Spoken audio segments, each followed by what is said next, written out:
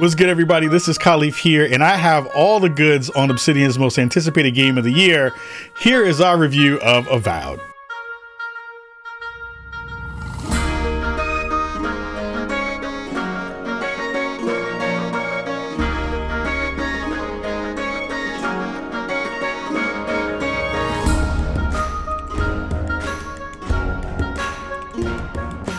Avowed starts off as a pretty traditional RPG game. It has all the trappings of, you are an unknown character who has a motivation, who is looking to embark on a journey to get to the end of a big quest that you're trying to go on. In this game, you are the child of an Iberian empire. The Iberian empire is one that is both loved and feared, one that is looking to not only, figure out ways to broaden its horizons and gain more space for its own land, while also navigating all of the politics that you wind up having in a very large and very big universe. It is cool because the twist on it is that you as a character have these interesting powers. You are called a godlike. You have been touched by what is called a patron god in the space that you don't know what their motivations are. You have no idea how you got connected to it. And throughout your journey and throughout your mission to go and kill the Dream Scourge, which is this fungal growth, this kind of blight on the land, you then get this character kind of motivation and this character arc that changes throughout the game in a really cool way, and I think comes across really smartly in the way that Obsidian is thinking about story, thinking about your companions that you wind up finding along the way, and sprinkling across a very large game, almost a 50-hour game in terms of the time that I spent, where you are finding motivations all over the place to not only think about how your character is going to change, but how that character is going to play in the way that you are looking to build that character out. I have had a blast with this game. I think this is one of the games that when I think about long storytelling and things that really tie it to games that I've loved in the past, it is doing all those things in spades. The hard part about reviewing a game like this is that everyone is literally going to have a different kind of story. I had a really cool couple of moments in the game that I think really resonated with me. For my character, I was trying to play it pretty much as a Paragon character, try to be as good as I possibly could. But there are twists and turns in this game that will absolutely test that in some ways that I think were really, really smart from a storytelling perspective.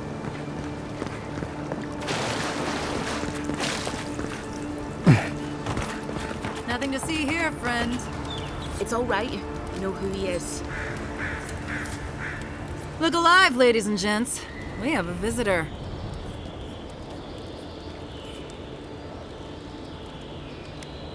Ooh, and who are you? One of Heelguard's lapdogs?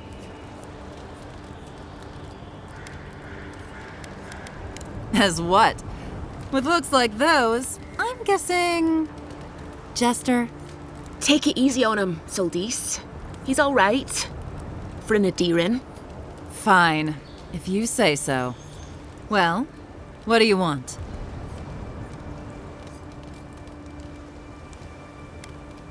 I'll have no problem with that. Where's the copper?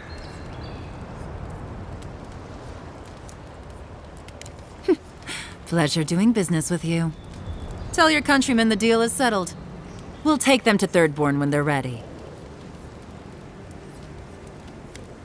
Yeah. Oh, great queen that was, have your sway over... Envoy, how can we help the Empire? Envoy. The execution of justice can always help the Empire. Paradisans, I assume.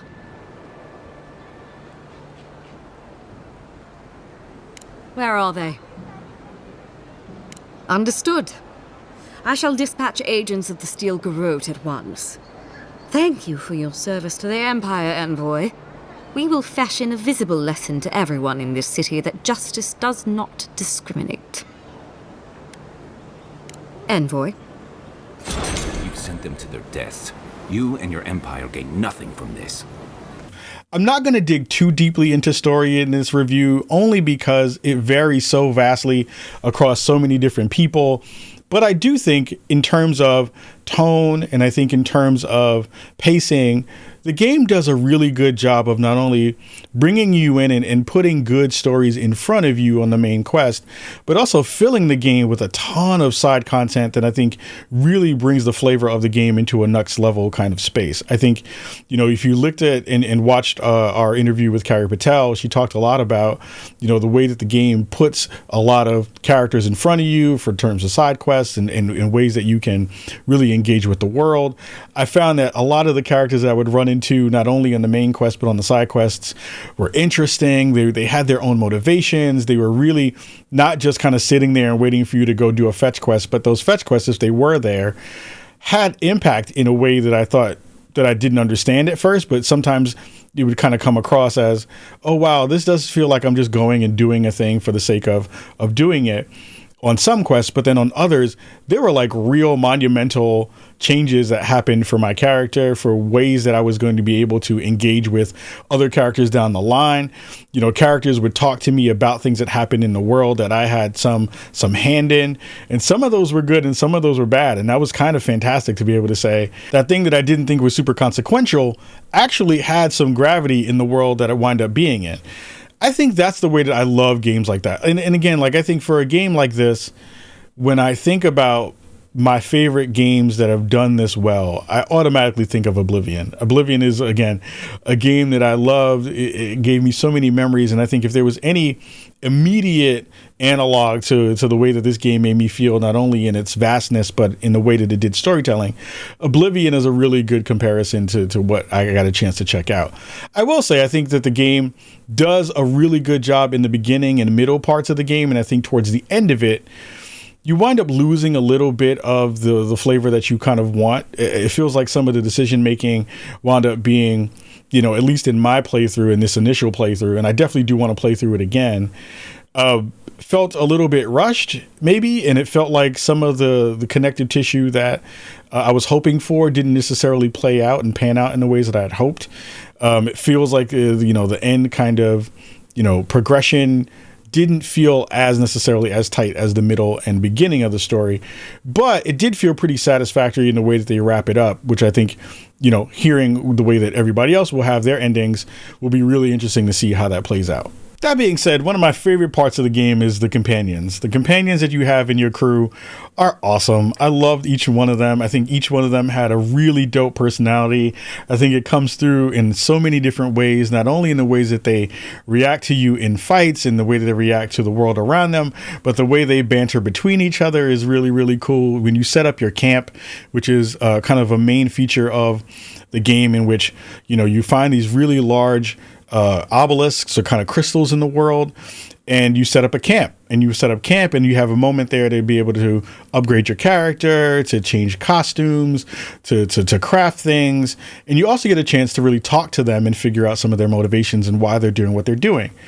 I think that part of the game is one of my favorite parts of it. I think getting a chance to learn about them, understand why they're here, understand how we can get closer together, and understand some of their motivations and some of the conversations that they've had about themselves in the past, and how that influences their want to be on this journey with you, was really, really cool. It really was something that Obsidian nails when they do their storytelling and their story crafting in a way that a lot of companies haven't really gotten themselves into that kind of space and do it as well as they have. I think I came away cheering for some of them. I came away wondering more about their motivations and why they were, on this journey, but also what was the thing that brought them into the space that made them them. It felt like they were really written in a very human way, in a way that, made me think about, man, if they ever do another sequel or do a sequel to this game, can we have one of them be the main characters of these games in the way that they kind of come across and, evolve throughout the journey that you wind up going on?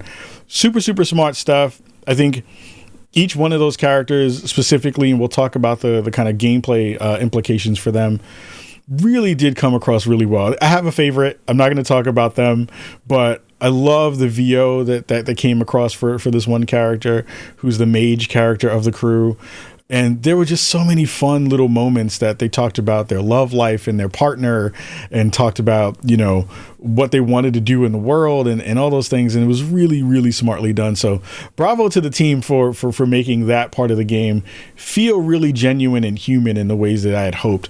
And it came across in so many good ways that I really did think about that after I finished my playthrough. I think a place where this game really shines is in its combat. You know, when you get a chance to have first person melee combat combined with a little bit of gunplay, it is usually something that in games gets a little bit sloppy and feels a little bit weird. I think this game does that extremely well. I think the way that you are able to mix and match weapons, mix and match styles across a bunch of different skill trees that go across, melee combat, ranged combat, how do you deal with your godlike powers? How do you deal with and add, new parts to your kit for your companions?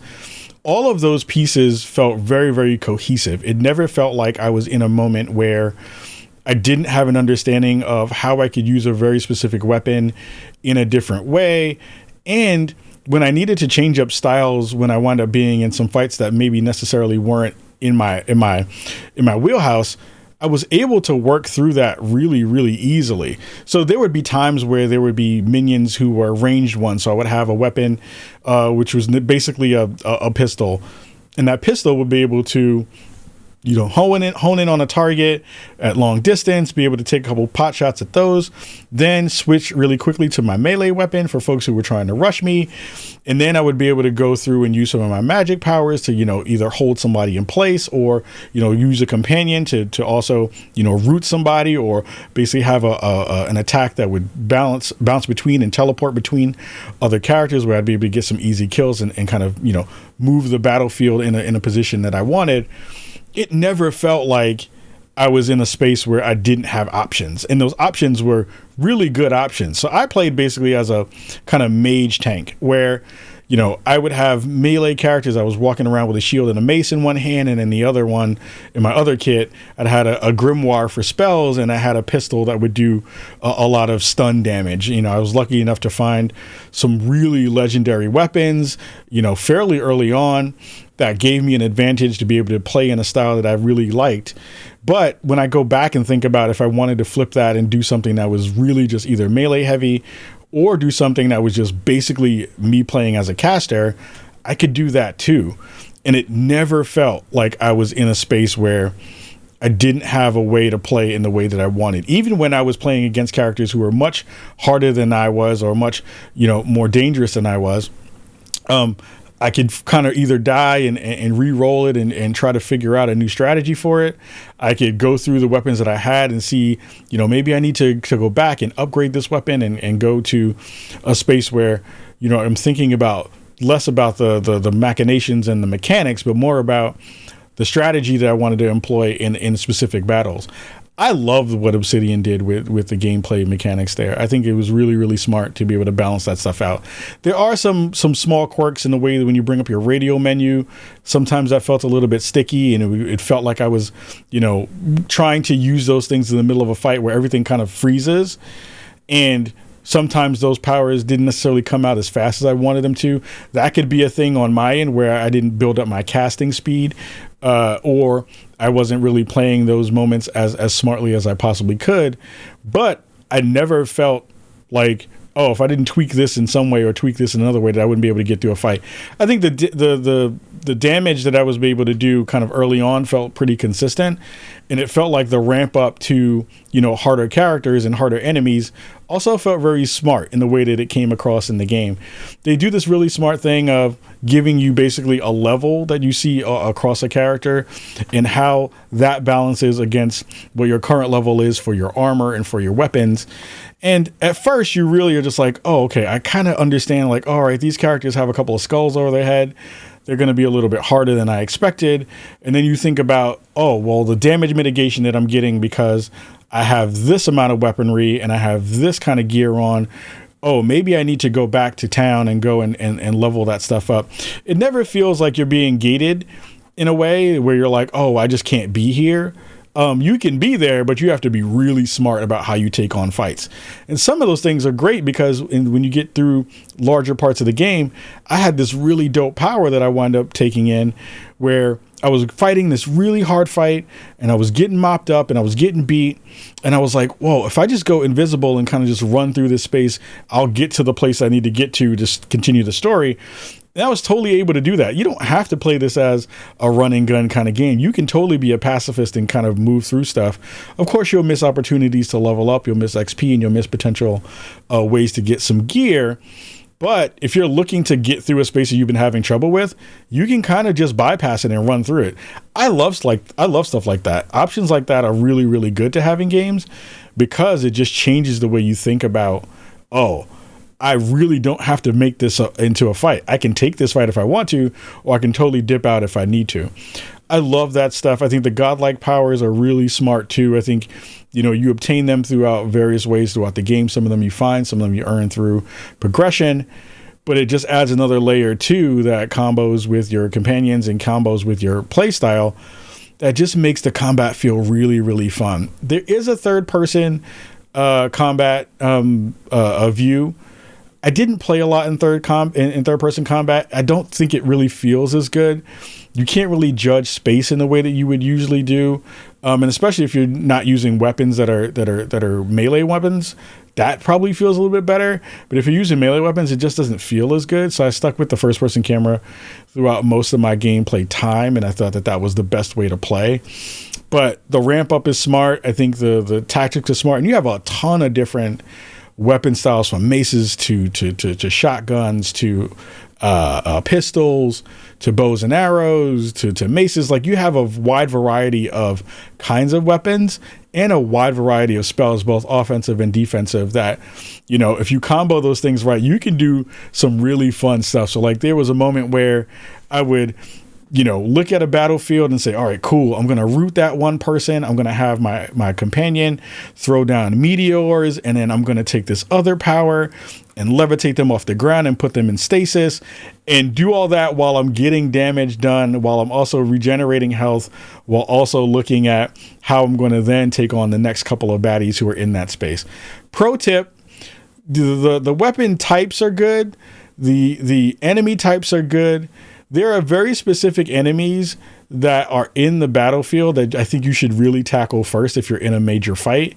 Go for all the mages in a fight first. They are the ones who are the worst characters to fight against, because what they do is they will sit around in the back line and they will heal other characters that you're already beaten on, and it makes those fights a pain in the ass to fight. You have to definitely pay attention to the battlefield and really look at each individual encounter and say, how am I going to tactically look at this and make sure I'm taking out the right characters at the right times, while also making sure that you're paying attention to, ranged characters who are shooting you with arrows that do a lot of damage, and those things hurt. So you got to make sure you're playing the role in a lot of different ways. One thing that I did think was a little bit disappointing was, although there was a lot of variety in terms of the kinds of enemies that you had, the attacks that they did get a lot of, did feel pretty repetitious. There were some that you kind of know. You have like layers of characters. You have kind of the minions, you have like the mid-level ones, then you have kind of the more specialized ones. And the specialized ones, especially the melee ones, they kind of do the same three attacks. You can understand and dodge those pretty easily.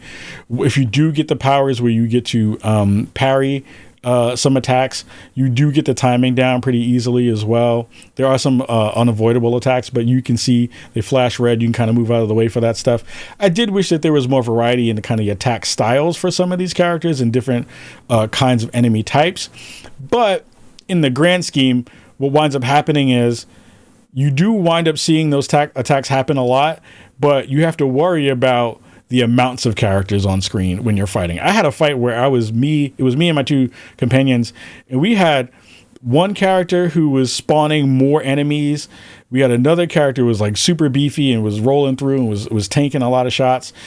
And you have to just think about how many characters are going to be in a fight at a time and try to figure out good ways to fight through some of those. So combat is really smartly done. I think Obsidian did a really good job in terms of variety and giving the player a lot of agency in the way that you'll be able to tackle a fight. Big love for them to be able to get that done and to make it feel so fun in every level of the game that I got to. When it got into even harder levels, it became something where you were like, you can see the Matrix happening. You can be Neo for those moments and be like, all right, I'm gonna go over here, do this, and this, and it all kinds of works. So massive shout out to them on the combat team for getting that together, and it felt really, really good. It's going to be something that you really enjoy in Avowed. So one of the things that I was really excited about when I got a chance to talk to Kari Patel, the game director on the game, was I wanted to talk a little bit about exploration. I wanted to talk a little bit more about, how do you build a world this vast and build something so beautiful?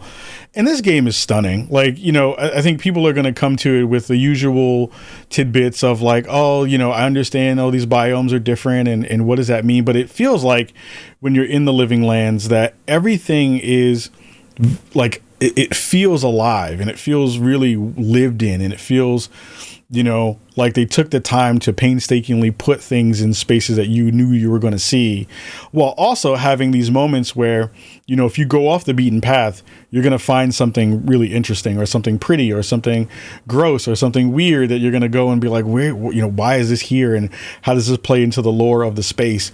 The biomes are very, very different. I think that each one of them has its own kind of, flavor, and it has its own kind of experience that when you're in it, it feels very different, which is what you're hoping for. But I think from not only the kind of, graphical fidelity perspective, but also in the way that, enemies are different in those spaces and really do feel like they are a part of the world. You go from fighting these lizard men to fighting, basically sentient mushrooms. You have all these different kinds of enemies and biomes that feel tied into the world. And then when you go and listen and walk around and talk to other people and then pick up, pieces of lore that you see around the world, it really does bring all of those pieces together to make the Living Lands feel like a living space. I love that part. For a gameplay perspective, exploration is key.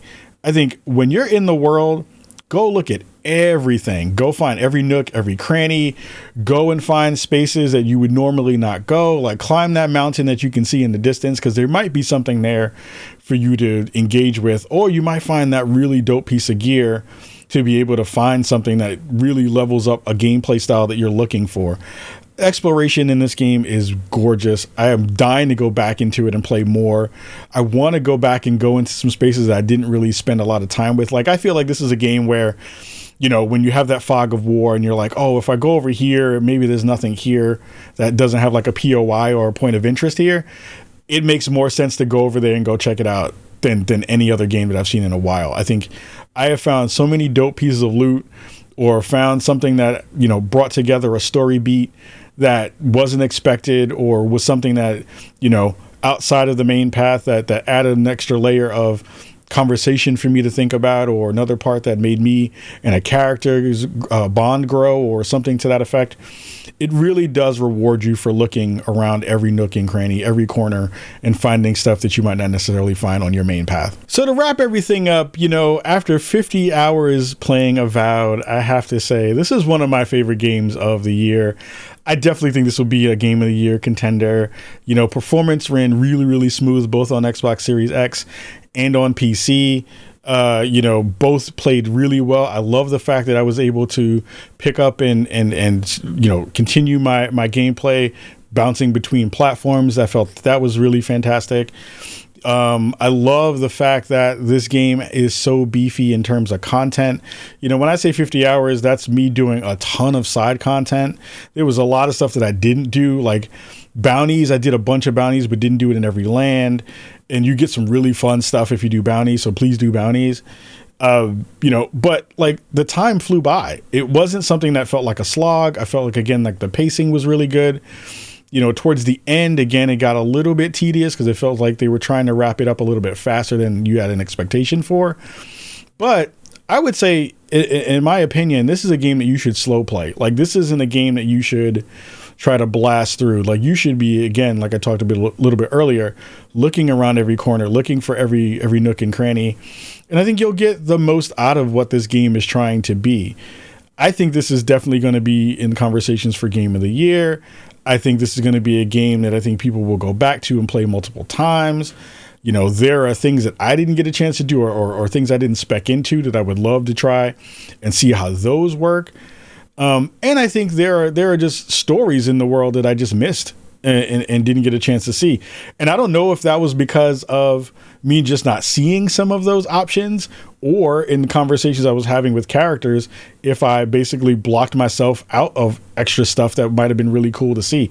Like, there were a couple missions that I did that I was like, oh man, I don't know if I made the decision that was really going to get me in the space that I wanted to go, but it routes you really well to fun parts of the story, or interesting parts of the lore, or, you know, gives you options for things that are just, you know, embedded into the world in a way that makes a lot of sense.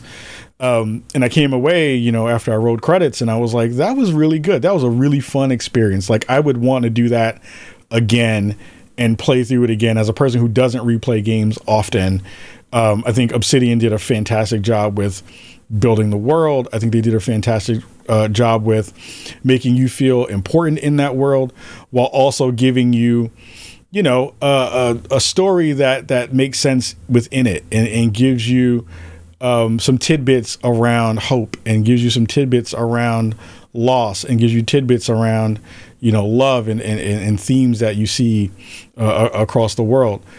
I think that I'm going to go back and play more of this once we're done with the review, and check out more of it, even though it's a swamp of multiple games coming out and a lot of stuff that we need to get out and check out and play. So I would say Avowed gets massive props from me. You know, 4 out of 5 stars, 4 out of 5 Kas on the Ka scale for this game. Definitely go check out this game. If you were highly anticipating it, I do not feel like you will be disappointed. And I do feel like you'll be talking about your playtime and what you did with your friends in those kind of water cooler moments that they talk about. So much love to you all for checking out the review. Thank you, and massive props to Xbox, Obsidian, and the rest of the folks in Bethesda and the rest of those folks for giving us access to the game. Definitely want to go check out more of this. Please go check it out. Have fun with it. Spend time with it, and you will not be disappointed. Until next time, we have more dopeness coming. We have a couple of other reviews to talk about very, very soon. Hopefully you'll check that out here on our YouTube channel and on our Spotify channel. And I say much love to you all. Have a wonderful day, and peace.